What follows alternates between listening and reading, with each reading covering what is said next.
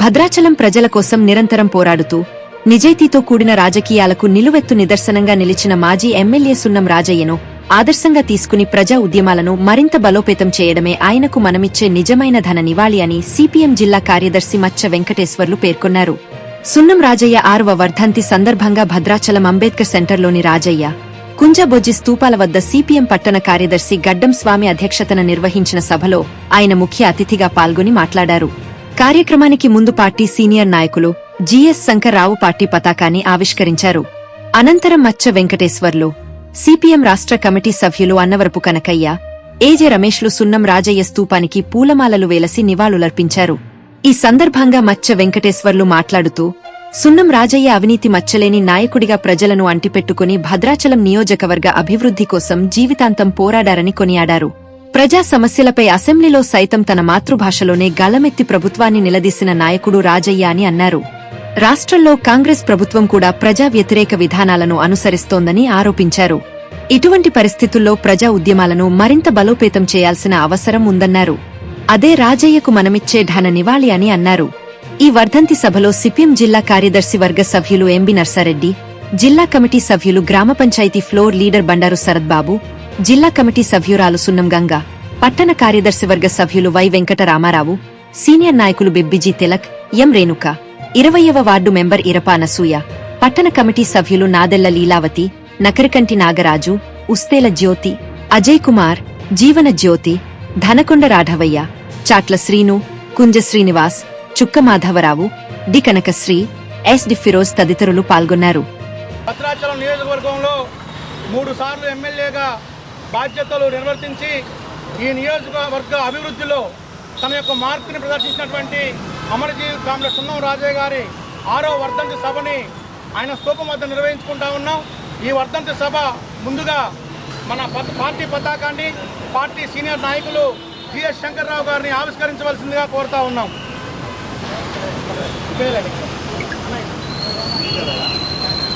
మీరు సైడ్కి వెళ్ళండి అన్నా, బాబన్నా అదే ఉన్నారు.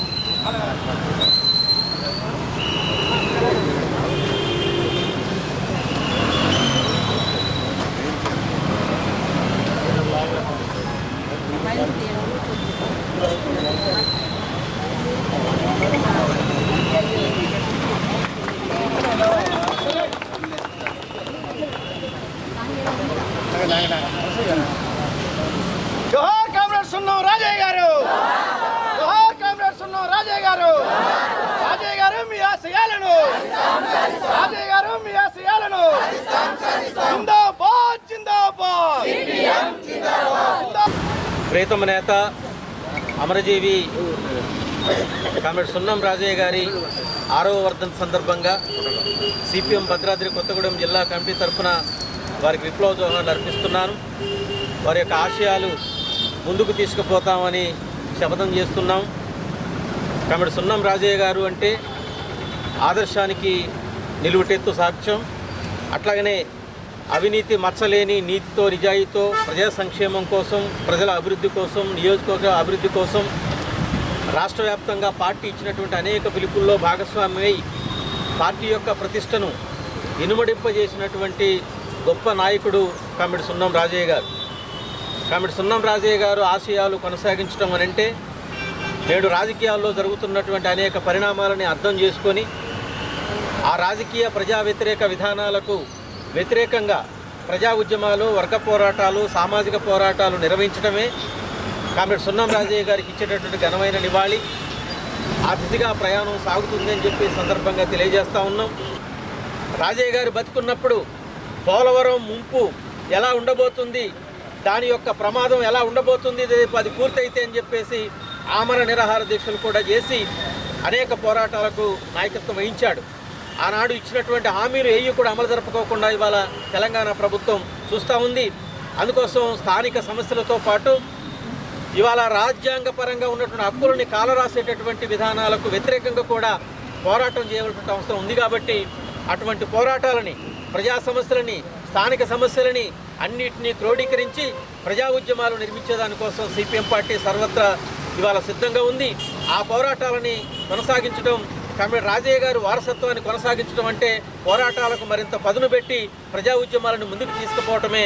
ఆ రకంగా కామ్రేడ్ సున్నం రాజయ్య గారి యొక్క జీవితాన్ని అట్లాగనే వారి యొక్క కృషిని ఆదర్శంగా తీసుకొని భవిష్యత్తు పోరాటాలని ముందుకు తీసుకుపోతామని చెప్పి సందర్భంగా తెలియజేస్తూ కామ్రేడ్ రాజయ్య గారి 6వ వర్ధంతి సందర్భంగా విప్లవ జోహార్ తెలియజేస్తున్నాం. ఆదర్శ నేత, మచ్చలేని మహానాయకుడు, 3 సార్లు భద్రాచలానికి ఎమ్మెల్యేగా ప్రాతినిధ్యం వహించిన తాను ఎమ్మెల్యేగా ఉన్న సందర్భంలో అట్లాగే ఓడిపోయిన సందర్భంలో ప్రజలకి నంటి పెట్టుకొని ఆ రకమైనటువంటి ప్రజా సమస్యల్లో లీనమై పనిచేసినటువంటి వ్యక్తి.